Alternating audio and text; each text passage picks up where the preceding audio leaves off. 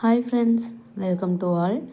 இன்றைக்கி நாம் என்ன இந்த வீடியோவில் பார்க்க போகிறோம் அப்படின்னா, அளவு ப்ளவுஸை வச்சு எப்படி ஷோல்டரும் கிராஸ் லென்த்தும் ஈஸியாக எடுக்கிறது அப்படின்னு சொல்லிட்டு தான் இந்த வீடியோவில் நம்ம பார்க்க போகிறோம். ஒரு சிலருக்கு பார்த்தீங்க அப்படின்னா அந்த ஷோல்டர் மெஷர்மெண்ட் கரெக்டாகவே எடுக்க தெரியாது. அந்த ப்ளவுஸ் எந்த ஷேப்பில் இருக்கோ அதே ஷேப்பில் வச்சு எடுத்துருவாங்க. அப்போ ஷோல்டர் அதிகமாயிரும், ஆம்கோல் சுருக்கம், ஷோல்டர் ஃபால் ஆகுறதுன்னு சொல்லிட்டு இந்த மாதிரி நிறையா ப்ராப்ளம் அதில் இருக்கும். ஆனால் நீங்கள் இனிமேல் அந்த ப்ராப்ளம் எதுவுமே இல்லாமல் ஈஸியாக மெஷர்மெண்ட் எடுக்கலாம். எப்போவும் பார்த்தீங்க அப்படின்னா நம்ம இந்த மாதிரி அளவு ப்ளவுஸை நேராக வச்சுட்டு 2 ஸ்லீவும் ஜாயின் பண்ணியிருக்கோம் இல்லைங்களா, அங்கேருந்து தான் நம்ம ஷோல்டர் மெஷர்மெண்ட் எடுப்போம். அதாவது ஃபுல் ஷோல்டர் மெஷர்மெண்ட். இப்போ இந்த ப்ளவுஸ் நான் கரெக்ட் பண்ணியிருக்கேன். ஸோ இதில் பார்த்துட்டிங்க அப்படின்னா நம்ம ஷோல்டர் மெஷர்மெண்ட் எடுத்து பார்க்கலாம் எவ்வளோ வருது அப்படின்னு சொல்லிட்டு. ஸோ அதுக்கப்புறம் நம்ம கடைசியாக எடுக்கிற மெஷர்மெண்ட் கரெக்டாக இருக்கிறதா அப்படிங்கிறதையும் நம்ம செக் பண்ணிக்கலாம். இப்போ பார்த்தீங்க அப்படின்னா எனக்கு டோட்டலாக 13 இன்ச் கிடைக்குது. இந்த 13 இன்ச் நம்ம 2ஆக டிவைட் பண்ணோம் அப்படின்னா நமக்கு 6.5 இன்ச் நமக்கு அந்த ஷோல்டர் கிடைக்கும். அதாவது பேக் பீஸில் மார்க் பண்ணுவோம் இல்லைங்களா, அந்த ஷோல்டர் மெஷர்மெண்ட் 6.5 இன்ச் இருக்குது. ஓகேங்களா, அதாவது அந்த ஸ்லீவ் ஜாயிண்ட்லேருந்து இந்த ஸ்லீவ் ஜாயிண்ட் வரைக்கும் இருக்கக்கூடிய மெஷர்மெண்ட். நானும் ஆரம்பத்துலையெல்லாம் தையல் பழகிறப்போ ரொம்ப சிரமப்பட்டேன் இந்த ஷோல்டர் மெஷர்மெண்ட் எல்லாம் எடுக்க தெரியாமல். அப்போ எனக்கு சொல்லி கொடுத்த டிப்ஸ் தான் நான் உங்களுக்கு சொல்லிகிட்ருக்கேன். ஸோ கண்டிப்பாக நீங்கள் ட்ரை பண்ணி பாருங்கள்.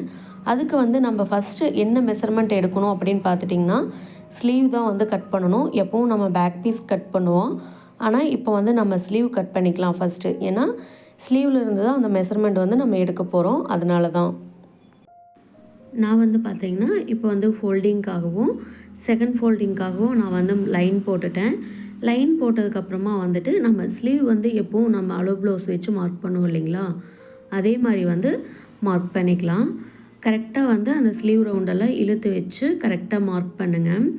ஏன்னா நமக்கு மெஷர்மெண்ட் ரொம்ப இம்பார்ட்டண்ட் அப்படிங்கிறதுனால கொஞ்சம் கவனமாக தான் நம்ம மார்க் பண்ணணும். அதே மாதிரி ஸ்லீவோட லென்த்தையும் நல்லா இழுத்து வச்சுட்டு அதுக்கப்புறமா மார்க் பண்ணுங்கள். நெக்ஸ்ட்டு பார்த்தீங்க அப்படின்னா அடிக்கையோட மெஷர்மெண்ட் தான் எடுக்கிறோம். அதுவும் கரெக்டாக வச்சு மார்க் பண்ணிக்கோங்க. இப்போ பார்த்தீங்க அப்படின்னா நம்ம ரெடி மெஷர்மெண்ட்டும் எடுத்தாச்சு. அதுக்கப்புறம் நம்ம ஒரு 1/2 இன்ச் தையலுக்காக விட்டோம் அப்படின்னா போதும். இப்போ ரெடி மெஷர்மெண்ட் மார்க் பண்ணியிருக்கோம் இல்லைங்களா, அங்கே ஸ்கேல் வச்சு இந்த மாதிரி லைன் ஒன்று போட்டுக்கோங்க.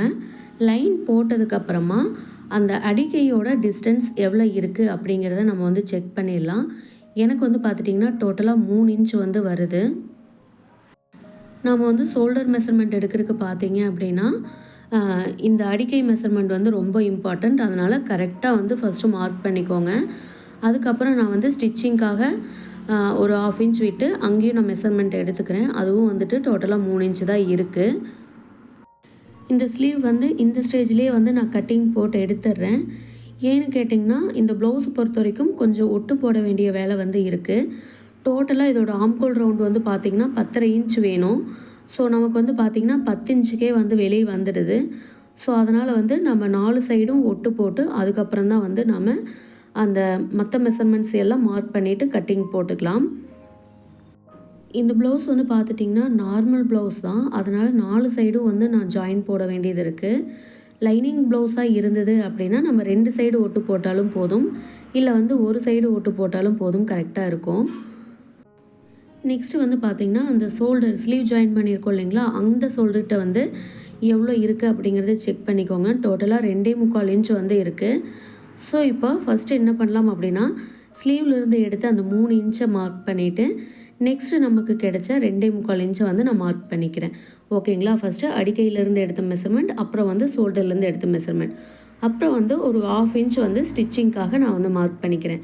இப்போ டோட்டலாக வச்சு பார்த்தீங்க அப்படின்னா எனக்கு 6.5 இன்ச் ஷோல்டர் கிடைக்கிது. நம்ம ஃபஸ்ட்டு எடுத்தோம் பார்த்தீங்களா, அங்கேயும் எனக்கு 6.5 இன்ச் தான் கிடச்சிது. இப்போது இந்த மெஷர்மெண்ட் எடுத்து நம்ம மார்க் பண்ணுறப்போ நமக்கு 6.5 இன்ச் தான் கிடைக்கிது. ஸோ பார்த்தீங்க அப்படின்னா பெரிய டிஃப்ரென்ஸ் நமக்கு எதுவுமே வரல, கரெக்டாக அக்யூரேட்டாக தான் இருக்குது. சரிங்களா, அதனால் இந்த மெத்தடை யூஸ் பண்ணியும் நம்ம ஷோல்டர் ஈஸியாக எடுத்துடலாம். ஸோ இது வந்து நான் ஃபஸ்ட்டு ஸ்டார்டிங் ஸ்டேஜில் இருக்கிறப்ப எனக்கு சொல்லி கொடுத்த டிப்ஸ் வந்து இது.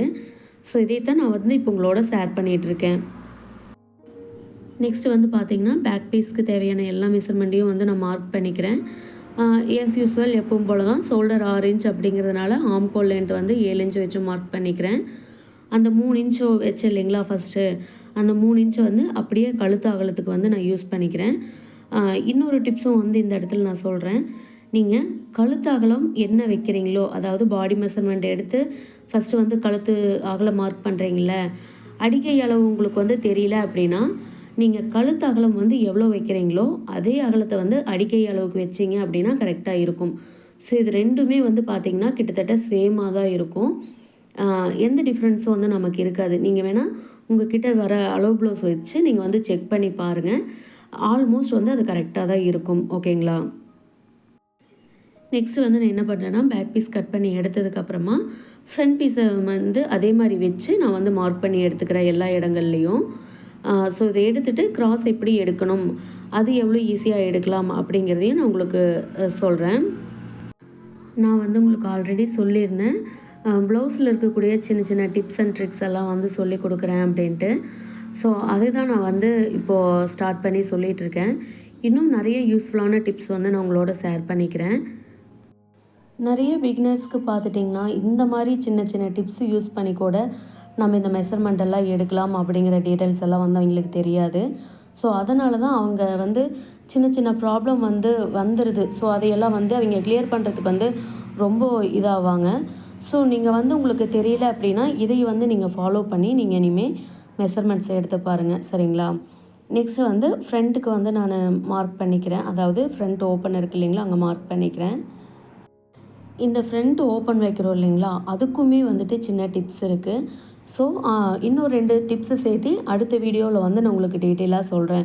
ஸோ எல்லாத்தையும் ஒரே வீடியோவில் நான் உங்களுக்கு போட்டு திணித்தேன் அப்படின்னா கண்டிப்பாக ஒரு சில விஷயங்கள் மட்டும்தான் உங்களால் அப்சர்வ் பண்ணிக்க முடியும். எல்லா விஷயத்தையும் உங்களால் வந்து மைண்டுக்கு கொண்டு போக முடியாது. அதனால தான் நான் வந்து ஒரு 2 டிப்ஸாக வந்து நான் உங்களுக்கு சொல்லிட்டு போகலாம் அப்படின்ட்டு இருக்கேன். நீங்கள் வந்து யோசிக்கலாம், எல்லாத்தையும் ஒரே வீடியோவில் சொல்லியிருந்தீங்கன்னா எங்களுக்கு இன்னும் கொஞ்சம் யூஸ்ஃபுல்லாக இருக்குமில்ல அப்படின்னு. எத்தனை பேர் வந்துட்டு இது எல்லாத்தையும் ஒரே வீடியோவில் பார்த்து நீங்கள் கற்றுக்க முடியும் சொல்லுங்கள்? ஒரு 2 டிப்ஸாக வந்து நீங்கள் டெய்லியும் கற்றுக்கிட்டீங்க அப்படின்னா ஈஸியாக அதில் இருக்கக்கூடிய நுணுக்கங்களையெல்லாம் வந்து கற்றுக்கலாம். இப்போ வந்து பார்த்திங்கன்னா கிராஸ் மார்க் பண்ணுறது தான் நம்ம இப்போ ரெடி பண்ணுறோம். ப்ளவுஸ் அளவு ப்ளவுஸ் வச்சுருக்கோம் இல்லைங்களா, அளவு ப்ளவுஸில் வந்துட்டு அந்த மிட் பாயிண்ட் இருக்குது பார்த்தீங்களா, அந்த கீழேருந்து தையல் போட்டிருக்க எண்டு. ஸோ அங்கேருந்து கீழே பட்டி வரைக்கும் நீங்கள் என்ன பண்ணுறீங்க அப்படின்னா ஸ்ட்ரெயிட் பண்ணிக்கோங்க. உங்களால் பட்டி பீஸ் வந்து இழுக்க முடியாது, அதனால் நீங்கள் இழுத்திங்கனாலும் அது வந்து ரொம்ப எக்ஸ்பேண்ட் ஆகி வராது. இருந்தாலும் இழுக்க வேண்டாம், கரெக்டாக வந்து இந்த நேர் பண்ணி வைங்க. ஓகேங்களா? இந்த மாதிரி ரெடி மெஷர்மெண்ட்டில் இருந்து வச்சுக்கோங்க. பேக் சைடு ஃபோல்டிங்க்கு வைப்போம் இல்லைங்களா, அங்கேருந்து எடுத்து வச்சுட்டு ஃபஸ்ட் அந்த மிட் பாயிண்ட் மார்க் பண்ணிவிட்டு அதுக்கப்புறம் பட்டி ஜாயின் பண்ணியிருக்க இடத்துலையும் மார்க் பண்ணிவிட்டு கீழே தள்ளி ஒரு 1/2 இன்ச்சும் வந்து மார்க் பண்ணிக்கோங்க. ஸோ மேலேருந்து வச்சு எடுக்கிறப்போ நீங்கள் கண்டிப்பாக கிராஸ் வச்சு இழுத்துருவீங்க, இல்லை ஏதாவது ஒரு மிஸ்டேக் வந்து பண்ணிடுவீங்க. ஆனால் இந்த மாதிரி எடுக்கிறப்போ எந்த மிஸ்டேக்கும் ஆகாது. எனக்கு வந்து பார்த்துட்டிங்கன்னா டோட்டலாக 14 இன்ச் வந்து வந்திருக்கு. ஓகேங்களா? இந்த 14 இன்ச்சை வந்து நம்ம அப்படியே வந்து டைரெக்டாக ஃப்ரண்ட் பீஸில் வந்து மார்க் பண்ணிக்கலாம். இப்போ வந்து நீங்கள் இந்த 14 இன்ச்லேயே வந்து நம்ம கிராஸ் லைன் போடலாமா அப்படின்னா கண்டிப்பாக போடக்கூடாது. அதுக்கு கீழே ஒரு 1/2 இன்ச் கீழே மார்க் பண்ணிவிட்டு டோட்டலாக 14.5 இன்ச்சில் தான் வந்து நம்ம மார்க் பண்ணணும். இப்போ நீங்கள் வந்து கண்டிப்பாக எங்கிட்ட வந்து இந்த இடத்துல ஒரு கொஸ்டின் கேட்கணும். என்னென்னு பார்த்துட்டிங்கன்னா 14 இன்ச்சு தானே வந்தது, அதை அப்படியே மார்க் பண்ணாமல் ஏன் 1/2 இன்ச் வந்து மறுக்கா எக்ஸ்ட்ரா வச்சுருக்கீங்க அப்படின்னு நீங்கள் வந்து யோசிக்கணும். எதனால் அந்த 1/2 இன்ச் வந்து நான் கீழே எக்ஸ்ட்ரா வைக்கிறேன் அப்படின்னா, இந்த ப்ளவுஸ் வந்து பார்த்துட்டிங்கன்னா ஒரு பிக் சைஸ் ப்ளவுஸ். ஓகேங்களா? அவங்களோட ஜஸ்ட்டு வந்து பெருசாக இருக்கும். ஸோ அதுக்கு தேவையான அந்த பிளேசஸ் வந்து நம்ம கொடுக்கணும். சரிங்களா? அதுக்காக நான் வந்து கீழே வந்து இன்னொரு 1/2 இன்ச் வந்து சேர்த்தி மார்க் பண்ணிக்கிறேன். இன்கேஸ் உங்களுக்கு வந்துட்டு சின்ன சைஸ் ப்ளவுஸாக இருக்குது, கப் சைஸே அவங்களுக்கு ரொம்ப சின்னது தான் அப்படின்னா நீங்கள் இங்கே வர மெஷர்மெண்ட்டை அப்படியே வச்சுருங்க. ஓகேங்களா? எப்பவும் போல தான் நார்மலாக இருக்கிற ப்ளவுஸ்க்கு ஒரு மாதிரியும், பெரிய சைஸ் ப்ளவுஸாக இருந்தால் ஒரு மாதிரியும் நம்ம ஒரு சின்ன சின்ன மெஷர்மெண்ட் ஆல்ட்ரேஷன் பண்ணுவோம் இல்லைங்களா, அதே மெத்தடு தான் இதுக்கும். அதனால் வந்துட்டு பெரிய சைஸ் கப் சைஸாக இருந்தது அப்படின்னா ஒரு 1/2 இன்ச் எக்ஸ்ட்ரா வந்து இன்னும் கொஞ்சம் கீழே தள்ளி மார்க் பண்ணிக்கோங்க. இல்லை கப் சைஸே வந்து அவங்களுக்கு இல்லை ரொம்ப சின்னது அப்படின்னா நீங்கள் வந்து வர மெஷர்மெண்ட்டை அப்படியே எடுத்துக்கோங்க. ஸோ ரொம்ப சிம்பிள் தான்.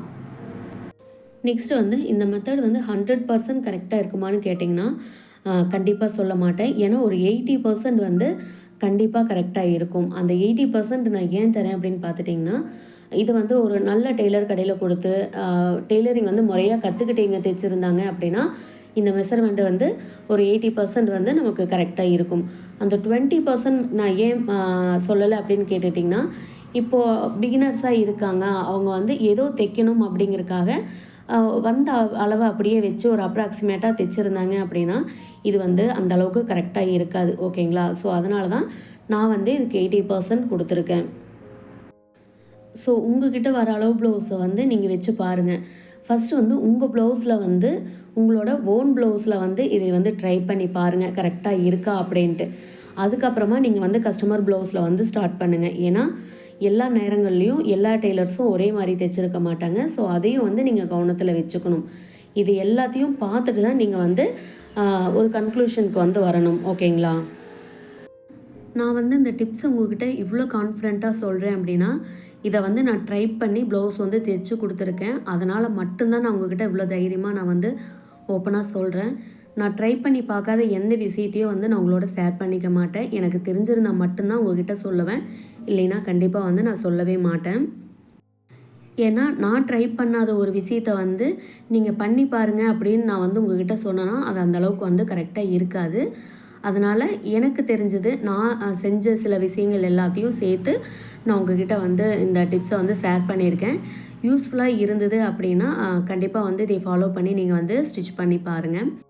ஒரு எக்ஸ்பீரியன்ஸான டெய்லருக்கு வந்து பார்த்துட்டிங்கன்னா யார் யாருக்கு எவ்வளோ ஷோல்டர் வைக்கணும், எவ்வளோ வச்சா கரெக்டாக இருக்கும், அவங்க பஸ்ட்டு பாயிண்ட் பார்த்தே வந்துட்டு இவங்களுக்கு கிராஸ் இவ்வளோ வைக்கணும் அப்படிங்கிறது எல்லாத்தையுமே தெரிஞ்சுப்பாங்க. ஆனால் பிகினர்ஸுக்கு வந்துட்டு இது எல்லாமே வந்து ஸ்டார்டிங் ஸ்டேஜில் வந்து ரொம்ப கஷ்டமாக தான் இருக்கும்.